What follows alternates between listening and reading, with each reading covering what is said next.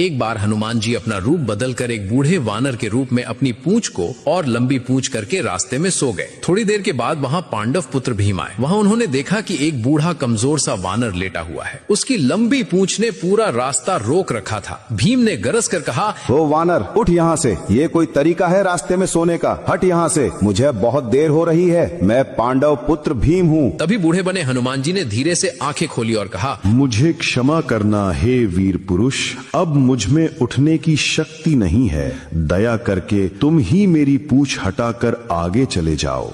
यह सुनकर भीम ने कहा, मैं तो आसानी से पहाड़ तक उठा सकता हूँ, तो फिर तुम्हारी ये पूंछ क्या चीज है? इस पूंछ को हटाने में मुझे क्षण भी नहीं लगेगा। और तभी भीम ने एक हाथ से पूंछ को पकड़ी, लेकिन हिली तक नहीं। फिर अपने दोनों हाथों से पूरी ताकत लगा दी, फिर भी पूंछ हिली तक नहीं। फिर शरीर का पूरा बल लगा दिया, लेकिन पूंछ टस से मस नहीं हुई। उनका चेहरा पसीने से भीग गया और भीम का घमंड पल भर में चूर चूर हो गया। अब भीम समझ गए कि ये कोई साधारण वानर नहीं। वे हाथ जोड़कर बोले, है महाबलशाली, मुझे क्षमा करें। आप कौन हैं? कृपया करके अपना असली रूप दिखाओ। तब हनुमान जी मुस्कुराए और अपने विशाल असली रूप में प्रकट हुए। उन्होंने कहा, मैं तुम्हारा बड़ा भाई हनुमान हूँ, मुझे पहचाना नहीं? हम दोनों ही पवन देव के पुत्र हैं। ये सुनते ही भीम भाव विभोर हो गए और हनुमान जी के चरणों में गिर पड़े। हनुमान जी ने भीम को गले लगाया और समझाया कि अपनी शक्ति और बल का उपयोग केवल धर्म के लिए करो, अहंकार के लिए नहीं। तभी वहाँ हनुमान जी ने गदा दी और कहा, जब भी तुम युद्ध में थक जाओ तब ये गदा का प्रयोग करना। भीम जब वापस लौटे तो द्रौपदी के साथ युधिष्ठिर को भी ये संवाद सुनाया। सभी ने मिलकर हनुमान जी की जय जयकार की। हनुमान जी को अपने दिल से मानने वाले भक्त कमेंट में जय बजरंगबली अवश्य लिखें।